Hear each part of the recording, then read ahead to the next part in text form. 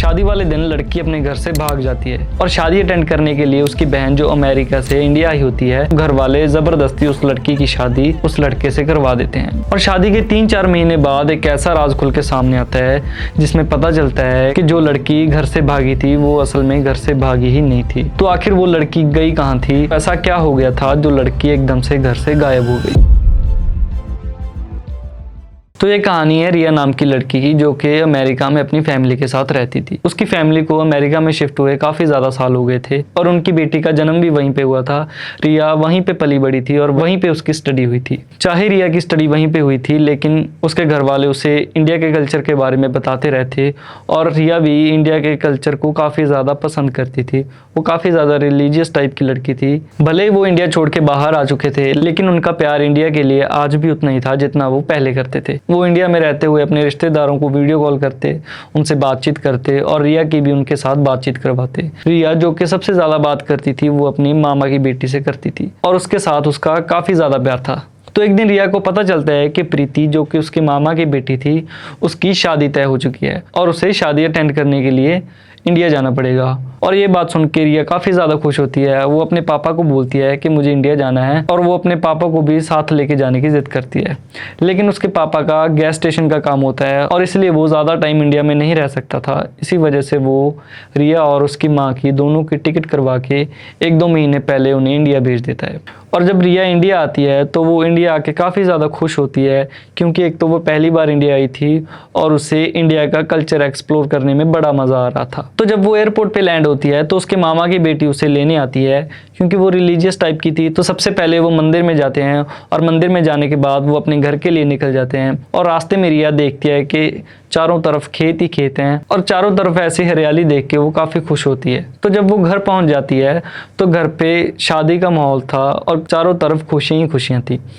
और दूसरी तरफ जो लड़की बाहर से आई थी, अमेरिका से आई थी, तो गांव के लोग उसे मिलने आ रहे थे और गांव के लोगों को बाहर की बातें जानने में काफ़ी ज़्यादा दिलचस्पी थी और इसी वजह से वो रिया के पास बैठे रहते और उससे बातें करते रहते। और दूसरी तरफ रिया को भी इंडिया का कल्चर काफ़ी ज़्यादा पसंद था, तो इसी वजह से वो लोगों से काफ़ी ज़्यादा घुल मिल गई और वो उनसे बातें करती रहती और इंडिया के कल्चर के बारे में पूछती रहती। और इन दिनों में वो काफ़ी ज़्यादा घूमी फिरी। उसने अपनी बहन के साथ शादी की शॉपिंग की और कुछ रस्मों के अनुसार वो लड़की के ससुराल वालों को भी मिली। तो ऐसे करते करते काफ़ी ज़्यादा दिन बीत जाते हैं और धीरे धीरे करके शादी का दिन नज़दीक आ रहा होता है। शादी वाले घर में सभी बहुत ज़्यादा खुश थे, लेकिन जो प्रीति जिसकी शादी होने वाली थी वो कोई ज्यादा खुश नहीं थी। तो जब रिया ने घर वालों से पूछा कि सभी इतने ज्यादा खुश हैं, प्रीति खुश क्यों नहीं दिखाई दे रही, तो घर वाले बोलते हैं कि अक्सर शादी वाले दिनों में ऐसा होता है कि जिस लड़की की शादी होने वाली है वो कोई ज़्यादा खुश नहीं होती, क्योंकि उसे अपने घर छोड़ के जाने का थोड़ा बहुत दुख होता है।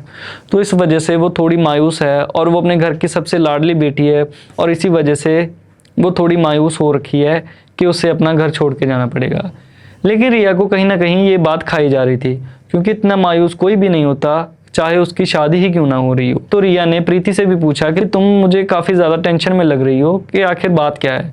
तो रिया ने बोला कि कोई ऐसी बात नहीं है, मैं बहुत खुश हूँ, और ये बोल के वो वहाँ से चली जाती है। तो रिया ने भी इस बात को अनदेखा कर दिया, क्योंकि वो सोच रही थी कि शायद वो बाहर से आई है, कि इंडिया में शायद ऐसा ही होता होगा, और उसने ज़्यादा कोई बात भी नहीं की, क्योंकि अगर वो ज़्यादा बातचीत करती तो उसे लग रहा था कि वो सब उसे गलत समझेंगे। तो एक दिन क्या होता है, जब सभी सो रहे होते हैं तो रिया छत पे जाती है और वो जब छत पे जाती है तो वो देखती है कि प्रीति किसी से बात कर रही है और वो बात करते हुए रो रही है। और जैसे ही रिया उसके पास जाती है तो प्रीति तुरंत से फ़ोन काट देती है। तो प्रीति उससे पूछती है कि क्या बात हो गई, तुम रो क्यों रही हो। तो प्रीति उसे कुछ नहीं बताती, वो बोलती है कि कुछ नहीं हुआ। रिया पूछती है कि तुम शादी से खुश भी हो या नहीं, आखिर बात क्या है, मैंने देखा है कि तुम काफ़ी दिनों से काफ़ी ज़्यादा उदास हो, मुझे लग रहा है तुम शादी से खुश नहीं हो। तो जब रिया ये सारी बातें कर रही होती है तो प्रीति उसे बोलती है कि नहीं नहीं ऐसा कुछ भी नहीं है, और ये बोल के वो वहाँ से उठ के चली जाती है। तो अगले दिन जब रिया ये बात अपनी नानी को बताती है तो उसकी नानी बोलती है कि नहीं नहीं ऐसा कुछ नहीं है, वो बहुत ज़्यादा खुश है, कि मैंने तुम्हें पहले भी बताया है कि शादी के दिनों में अक्सर लड़की को ऐसा होता है, वो काफ़ी ज़्यादा मायूस होती है क्योंकि उसे अपना घर छोड़ के जाना होता है। तो उसके बाद रिया ने ये सारी बातें करना बंद कर दिया।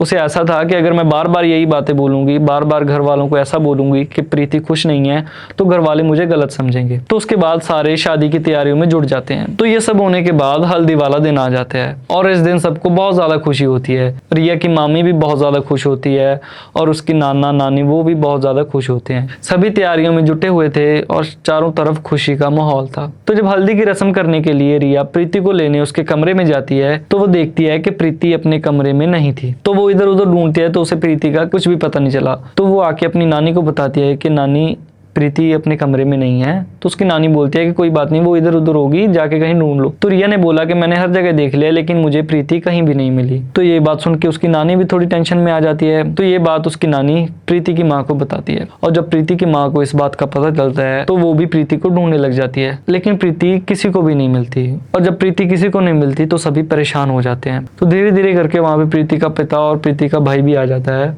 और ये सभी आपस में बात करते हैं कि आखिर प्रीति चली कहाँ गई, कि कहीं वो कहीं भाग तो नहीं गई। और ये ऐसी ऐसी बातें उनके मन में आ रही हैं और ये बातें सोच के वो काफी ज्यादा परेशान हो रहे होते हैं। तो सभी प्रीति को ढूंढने में लग जाते हैं और सभी ये ध्यान रखते हैं कि कहीं किसी को पता ना चल जाए कि प्रीति मिल नहीं रही। वो बोलते हैं कि प्रीति गई तो घर के बाहर भी नहीं, तो आखिर वो चली कहाँ गई। तो जब सब लोग प्रीति को ढूंढ रहे होते हैं तो उन्हें एक खत मिलता है जिसमें लिखा होता है कि तुम लोग मेरी जबरदस्ती शादी करवा रहे थे, मैं इस शादी से बिल्कुल खुश नहीं हूँ और इसीलिए मैं घर छोड़ के जा रही हूँ और मेरा बिल्कुल भी पीछा मत करना क्योंकि मैं तुम लोगों को मिलूंगी ही नहीं। और ये खत पढ़ने के बाद सबके पैरों के नीचे से जमीन निकल जाती है और सभी के होश उड़ जाते हैं। वो सब एक दूसरे के चेहरे की तरफ देखने लग जाते हैं कि आखिर अब हम करें तो करें क्या। तो सबसे पहले रिया की नानी बोलती है कि ये इस बात की भनक बाहर किसी को भी नहीं लगनी चाहिए कि अगर किसी को पता चल गया कि हमारी बेटी भाग गई है तो हमारी इज्जत का कचरा हो जाएगा, क्योंकि उसके खानदान की गाँव में काफी ज्यादा इज्जत थी और जो उनके दुश्मन है वो भी उन्हें ताने मारेंगे। तो जैसे तैसे करके वो सभी एक दूसरे को संभालते हैं और रिया भी एक दूसरे कमरे में जाके बैठ जाती है और सभी सोचने लग जाते हैं कि अब करें तो करें क्या। तो इतने में सभी इकट्ठे होते हैं और वो रिया के पास आते हैं और उसे बोलते हैं कि बेटा अब हमारी इज्जत तुम्हारे हाथ में है। वो उसके हाथ जोड़ते हैं और उसे बोलते हैं कि तुम ये शादी कर लो। तो ये बात सुन के रिया काफी ज्यादा हैरान होती है। वो बोलती है कि नहीं, मैं ये शादी नहीं कर सकती, मैं भला ये शादी क्यों करूं, क्योंकि मेरे अपने भी कुछ सपने हैं और इसीलिए वो शादी करने से इतराती है। और इन्हीं बातों दौरान रिया के पापा भी वीडियो कॉल पे होते हैं। वो उसे बोलते हैं कि इस परिवार ने हमारे लिए बहुत कुछ किया है और जब हम बाहर गए थे तो इन्होंने ही हमारी सहायता की थी और मैं आज तक इनका कर्ज नहीं चुका पाया। आज हमें मौका मिल रहा है इनका कर्ज चुकाने के लिए, तो हम पीछे नहीं हट सकते। और ये बातें बोल के रिया के पापा भी उससे शादी करने के लिए बोलते हैं। तो रिया के पापा, रिया की मम्मी और उसकी मामी और नाना नानी इन सब के प्रेशर के बीच आके रिया शादी करने के लिए राजी हो जाती है। हालांकि ये बिल्कुल उसकी मर्जी के खिलाफ हो रहा था, लेकिन वो कहीं ना कहीं ये भी देख रही थी कि इस परिवार ने हमारे लिए बहुत कुछ किया है और वो सब उसे काफ़ी ज़्यादा प्यार करते थे।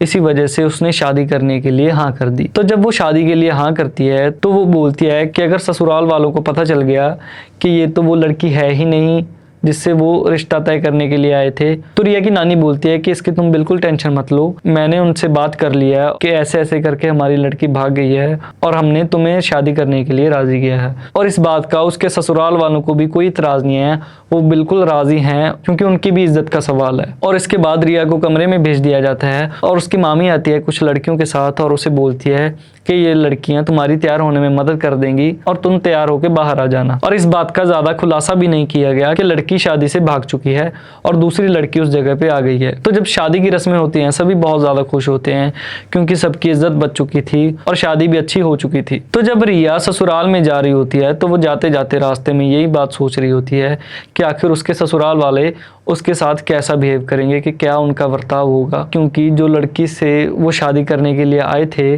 जिस लड़की को वो लेने आए थे, वो तो वहाँ पे थी ही नहीं, उसकी जगह मुझे भेज दिया गया था। तो ये बातें सोचते सोचते वो अपने ससुराल पहुँच जाती है। तो जब वो ससुराल पहुँचती है तो ये देख के वो काफ़ी ज़्यादा हैरान होती है क्योंकि उसके ससुराल वालों ने उसके साथ कोई बदतमीजी नहीं की थी। हालांकि उसे इस बात का डर था क्योंकि उसकी बहन शादी से भाग चुकी थी और उसकी वजह से उसे यहाँ पे आना पड़ा, लेकिन उसके ससुराल वाले काफ़ी ज़्यादा खुश थे और उन्होंने काफ़ी अच्छे तरीके से उसके रीति रिवाज पूरे किए। तो जब रिया सारे रीति रिवाज पूरे होने के बाद कमरे में जाती है और उसका पति साहिल उसके कमरे में आता है तो वो काफ़ी सहमी सी बैठी होती है। तो साहिल वहाँ पे आके बोलता है कि मुझे पता है तुम डरी हुई हो, तुम बिल्कुल चिंता मत करो, इसमें तुम्हारा कोई कसूर नहीं है, जो गलत किया है तुम्हारी बहन ने किया है, इसमें तुम्हारा कोई भी कसूर नहीं है। तुम इस घर को अपना ही घर समझो और तुम्हारे साथ कोई भी बदसलूक नहीं किया जाएगा, क्योंकि तुमने तो दोनों घरों की इज्जत बचाई है। तो ये सुन के रिया थोड़ी अचंभित सी हो जाती है और वो सोचती है कि इस दुनिया में इतने अच्छे भी लोग हैं जिन्होंने इस बात का भी कोई शिकवा नहीं किया कि उसकी दुल्हन शादी वाले दिन वहां से भाग गई है। तो ये बात सुन के रिया थोड़ी सी खुश हो जाती है और वो अपने पति के साथ बैठ के बातें करने लग जाती है। और साहिल बोलता है कि इसमें तुम्हारा तो कोई कसूर ही नहीं है और उसके घर वालों को भी पहले पूछना चाहिए था कि वो लड़की शादी के लिए तैयार है भी या नहीं। अगर वो तैयार ही नहीं होती शादी के लिए तो मैं ये शादी करता ही क्यों, मैं किसी और लड़की के साथ शादी कर लेता। तो ये सारी बातें उस रात वो दोनों करते हैं। तो शादी के बाद उन दोनों का जीवन काफी अच्छा चल रहा होता है, उसके घर वाले उससे काफी ज्यादा प्यार करते हैं। हालांकि रिया का बचपन बाहर ही बीता था, वो बाहर ही बड़ी हुई, बाहर ही पली बड़ी, लेकिन उसने इंडिया का कल्चर जल्दी अडॉप्ट कर लिया था। रिया की माँ तो वापस अमेरिका चली गई थी, लेकिन रिया ने अपनी फ्लाइट थोड़ी डिले करवा दी थी क्योंकि अभी वो थोड़ा टाइम और इंडिया में रुकना चाहती है। और कुछ ही दिनों में, कुछ ही महीनों में उसके अपने पति के साथ काफी ज्यादा बॉन्डिंग हो गई थी। वो भी अपने पति को प्यार करने लग गई थी। वो रिया जिसकी सोच पहले ये थी कि अरेंज मैरिज कोई अच्छी बात नहीं है, वो लड़का जिसे हम जानते नहीं, हम उससे कैसे शादी कर सकते हैं, वो लड़की अब अरेंज मैरिज को अच्छा मान रही थी क्योंकि उसे काफी अच्छा परिवार मिल चुका था और उसका पति भी उसे काफी ज्यादा प्यार कर रहा था। अक्सर रिया के ससुराल में उनके फार्म हाउस की बातें होती रहती थी और उनके आस पड़ोस वाले भी उनके फार्म हाउस की काफी ज्यादा तारीफ करते थे क्योंकि उनका फार्म हाउस काफी ज्यादा अच्छा बना हुआ था। लेकिन रिया आज तक उस फार्म हाउस में कभी गई ही नहीं थी और जब वो अपने पति को बोलती है कि मुझे फार्म हाउस में जाना है तो वो उसे वहां ले जाने के लिए मना कर देता है। तो ये बात उसके मन में खटकती रहती है कि सभी फार्म हाउस की इतनी तारीफ करते हैं और सभी को वो फार्म हाउस इतना पसंद है, लेकिन मुझे उस फार्म हाउस में जाने क्यों नहीं दिया जाता। तो एक दिन रिया के सास ससुर कहीं रिश्तेदारी में गए होते हैं और उसका पति साहिल भी कहीं काम से बाहर गया होता है।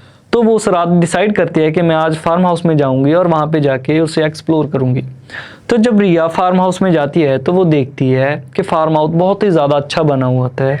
उसे देख कर वो बहुत ज़्यादा खुश होती है और वो सोचती है कि इतना तो अच्छा बना हुआ है ये, आखिरकार मुझे यहाँ पे आने क्यों नहीं देते थे। वो देखती है चारों तरफ लाइटें लगी होती है, काफ़ी ज़्यादा हरियाली होती है, वहाँ पे काफ़ी अच्छा पार्क बना होता है और स्विमिंग पूल भी वहाँ पे बना होता है। और जब वो फार्म हाउस के अंदर जाती है, वो कमरे में जाती है, वो देखती है कि कमरा काफ़ी अच्छे तरीके से तैयार किया होता है। तो अचानक से उसकी नज़र बेड के ड्रॉर में पड़ती है और जब वो ड्रॉर खोलती है तो उसमें देखती है उसमें काफ़ी सारी चीज़ें पड़ी होती है, लेकिन उसके बीच उसे एक ऐसी चीज़ मिलती है जिसे देख के वो काफ़ी ज़्यादा हैरान हो जाती है और वो देख के वो काफी ज्यादा घबरा जाती है और उसके पैरों तले से जमीन खिसक जाती है। उस ड्रॉर के बीच उसे एक लॉकेट मिलता है जो कि उसकी बहन का था, उस बहन का जिसकी शादी पहले साहिल से होने वाली थी। हालांकि वो कभी इस फार्म हाउस पे आई ही नहीं थी और ना ही उसकी शादी साहिल के साथ हुई थी, तो वो लॉकेट वहां पे आया कैसे। तो ये बात सोच के वो काफी घबरा जाती है और वो लॉकेट उठाती है, वो उसे अपने साथ अपने घर लेके आ जाती है। और अगले दिन रिया ने साहिल से इस लॉकेट के बारे में कोई भी बात नहीं की और ना ही उसने अपने सास ससुर से इस लॉकेट के बारे में कोई बात की। वो चुपचाप लॉकेट उठाती है और साहिल को बोलती है कि मुझे नानी से मिलने जाना है, मुझे उनकी काफी ज्यादा याद आ रही है। तो साहिल भी बोलता है कि कोई बात नहीं, तुम चली जाओ, मैं तुम्हें छोड़ आता हूँ। और साहिल उसे उसकी नानी के पास छोड़ आता है और जब रिया अपने नानी के घर आती है तो रिया को देख के सभी बहुत ज्यादा खुश हो जाते हैं, लेकिन रिया के चेहरे पे थोड़ी मायूसी थी। और जब रिया सबके पास बैठती है तो वो अपनी नानी के सामने वो लॉकेट रख देती है जो कि उसकी बहन का था। और ये लॉकेट देख के उसकी नानी डर जाती है कि आखिर ये लॉकेट उसके पास कैसे गया। तो जब उसकी नानी पूछती है कि ये लॉकेट तुम्हारे पास कैसे आया, तो वो बताती है कि ये लॉकेट मुझे हमारे फार्म हाउस पे मिला है। तो उसकी नानी बोलती है कि रिया तो कभी उस फार्म हाउस पे गई ही नहीं थी, तो आखिर वो लॉकेट वहां पे पहुंचा कैसे। तो सबके मन में यही ख्याल होता है कि आखिर वो लॉकेट वहां पे कैसे पहुंचा। तो जब उसकी नानी पूछती है कि तुमने साहिल को तो नहीं इसके बारे में कुछ बताया, तो वो बोलती है कि मैंने साहिल या उसके घर वालों को इस लॉकेट के बारे में कुछ भी नहीं बताया। तो नानी बोलती है कि कोई बात नहीं, तुम ये लॉकेट यहीं पे छोड़ जाओ और तुम घर जाओ, हम वहीं पे आके बात करेंगे कि आखिर ये सारा माजरा है क्या। तो अगले ही दिन रिया अपने ससुराल चली जाती है और पीछे ही उसके सारे रिश्तेदार भी आ जाते हैं। और जब सभी रिश्तेदार वहाँ पे इकट्ठे होते हैं तो रिया की नानी वो लॉकेट साहिल के सामने रख देती है। और जब साहिल ये लॉकेट देखता है तो उसके होश उड़ जाते हैं, उसके चेहरे का रंग उड़ जाता है। और जब उसकी नानी पूछती है कि ये लॉकेट तुम्हारे पास कैसे आया, तो वो बातें बनाने लग जाता है कि मुझे नहीं पता ये किसका लॉकेट है, मैं नहीं जानता। तो जब रिया के घर वाले उसे बोलते हैं कि ये लॉकेट हमें तुम्हारे फार्म हाउस से मिला है और ये तुम्हारे पास कैसे आया, और थोड़ी सख्ती से उसके साथ पेश आते हैं तो वो सारा सच सामने खोल के रख देता है। वो बताता है कि जब शादी से पहले जब मंगनी तय हो चुकी थी, रिया प्रीति के साथ उन्हें मिलने आती है तो उसे रिया काफी ज्यादा पसंद आ जाती है, लेकिन अब उसका रिश्ता तय हो चुका था और अब वो रिश्ते को जवाब भी नहीं दे सकता था, वो शादी के लिए मना भी नहीं कर सकता था। और रिया काफी ज्यादा सुंदर भी थी और वो अमेरिका से आई थी और साहिल का सपना था कि वो अमेरिका में चला जाए, और इसी वजह से उसने रिया के साथ शादी करने का फैसला किया। तो वो बताता है कि शादी वाले दिन मैंने अपने दोस्त के साथ मिलके प्रीति को घर से उठवाने का प्लान बनाया। तो जब वो प्रीति को घर से उठवा लेता है और उसके बाद उसका दोस्त उसे फार्म हाउस में ले जाता है, उनका प्लान ये था कि शादी होने के बाद वो प्रीति को छोड़ देंगे, लेकिन असल में कुछ और ही हो जाता है। साहिल का जो दोस्त था उसकी नीयत खराब हो जाती है और जब वो प्रीति को फार्म हाउस लेके आता है तो वो उसके साथ रेप कर देता है। और रेप करने के बाद जब प्रीति उसे बोलती है कि मैं तुम्हें छोड़ूंगी नहीं, मैं तुम्हें सजा दिलवाऊंगी, तो ये बात सुन के वो काफी ज्यादा घबरा जाता है और वहीं पे उसे मार देता है। और जब इस बात का पता साहिल को चलता है तो वो अपने दोस्त के साथ मिलके उसे अपने फार्म हाउस में ही दफना देता है। साहिल को इस बात का डर था कि कहीं उसका दोस्त इस बात के बारे में किसी को बता ना दे, तो इसलिए उसने अपने दोस्त को कहीं दूर भेज दिया था और खुद भी उसने उस फार्म हाउस पे जाना बंद कर दिया था। और वो बताता है कि मुझे नहीं पता कि ये लॉकेट वहां पे कैसे रह गया, मैं नहीं जानता कि वहां पे कैसे आया, लेकिन उस लॉकेट की वजह से ही वो पकड़ा गया था। और ये बात जब उसके घर वालों को पता चलता है तो प्रीति के घर वाले बहुत ज़्यादा रोते हैं, और जो उस प्रीति को गलत समझ रहे थे, असल में वो प्रीति गलत थी ही नहीं, उसके साथ ये सब हुआ था। इस बात के बारे में उसके घर वाले अनजान थे। और जब ये सारा सच सामने आ जाता है, उन्होंने पुलिस को कॉल लगाया और साहिल को गिरफ्तार करवा दिया। और साहिल के घर वालों को भी इस बात का बिल्कुल अंदाजा नहीं था कि उनके बेटे ने ऐसे घिनौनी हरकत की है। और उसके बाद रिया साहिल से डिवोर्स ले लेती है और अपनी टिकट करवा के वापस अमेरिका चली जाती है। लेकिन उस लड़की का क्या कसूर था जो कि बिना वजह से मारी गई? उसके घर वाले उसे गलत समझ रहे थे, लेकिन असल में उसके साथ हुआ कुछ और ही था। तो सिर्फ एक आदमी के लालच की वजह से दो लड़कियों की जिंदगी बर्बाद हो चुकी थी, और उस लड़की के घर वालों के हालात भी काफी खराब हो चुके थे, जिन्होंने अपनी लड़की को बिना वजह से खो दिया था। लेकिन सच को कितना भी छुपा लो, वो कभी छुपा नहीं रहता, एक ना एक दिन वो सामने आ ही जाता है। तो ये थी वो उस लड़की की कहानी। और अगर आप भी इस तरह के डेली इंसिडेंट सुनना चाहते हैं तो हमारे चैनल को सब्सक्राइब करें, और अगर आपके पास भी कोई ऐसी कहानी या किस्सा है तो हमारे साथ ज़रूर शेयर करें, ताकि हम अपने चैनल के ज़रिए लोगों तक पहुंचा सकें। धन्यवाद।